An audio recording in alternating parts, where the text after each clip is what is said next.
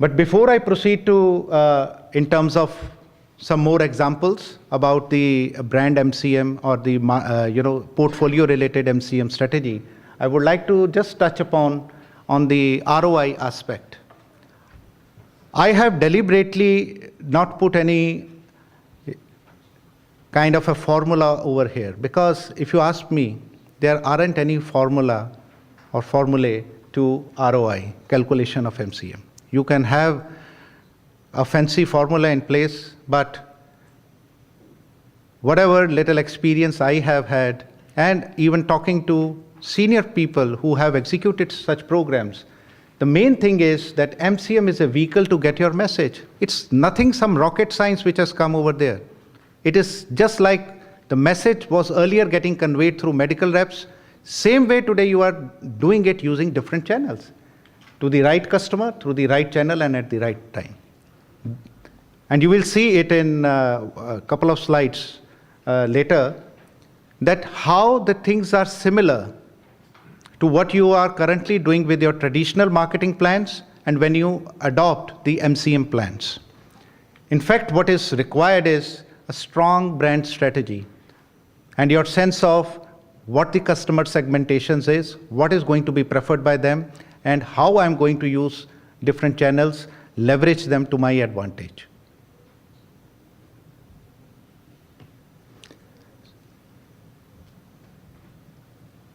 So some of the key considerations, this is linking it to the ROI slide which I was earlier saying.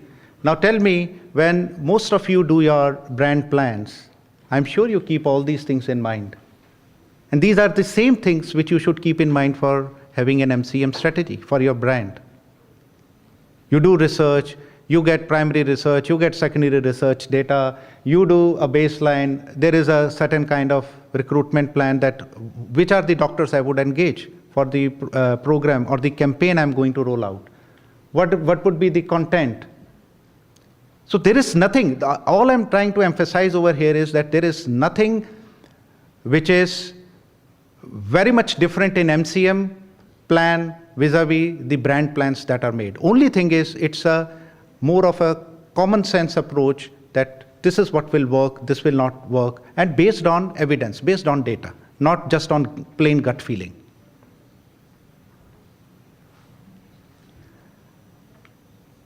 I have given 3 examples over here. If you are considering an integrated digital communication plan for your brand, and you are using some of these channels which I have listed here, you can see what could be the key impact of the channel that you are going to deploy. If it is a digital portal, you may try to measure how many times doctors visited, what was the time spent on it, on different content assets. So these are the different metrics you can keep in mind when you are deploying the different aspects of the communication mix. If you are doing a KOL webcast, we all know it's a cost-effective way. You can reach to as many doctors. I mean, 10,000 doctors can be attending a live KOL webcast at one point of time. But getting 10,000 doctors in one room is going to be a Herculean task. And obviously, it would be costing a great amount of money. It is cost-effective, but you can also see that there is a convenience for the doctors. They need not come all the way. They need not travel. So these are some of the points of consideration that you need to keep in mind when you are devising your brand strategy for MCM. Sorry, MCM strategy for your brand. And lastly, I've also shared with you, sorry, this is the second one. If you are planning to have a hybrid rep model, now hybrid rep model, I may slightly elaborate over here is, there is a medical rep, then you also have a remote rep. Or it could be medical rep, when he or she is at home or in the office, they can also leverage technology and do remote detailing, live video detailing. That is possible. You can even, based on your requirement, have a virtual medical service liaison who can interact with the doctors based on their availability, based on their preference.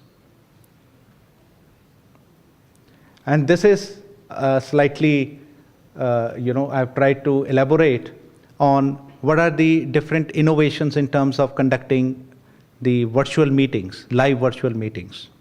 So it could be in forms of eCME, which are with certification, without certification, and all that stuff. Then you have you can conduct e-congresses, and people can come. It is a virtual environment, and I'm sure many of you would have seen such kinds of examples. These are getting executed today in different parts of the world. And some of the case studies I'll show you are going to be taken from this particular aspect only. Because there was always a challenge of doctors being brought to a specific location at a specific time and listen to the doctor. What if the doctor is unwilling to come or the doctor is unavailable? Then what can be done to engage with them?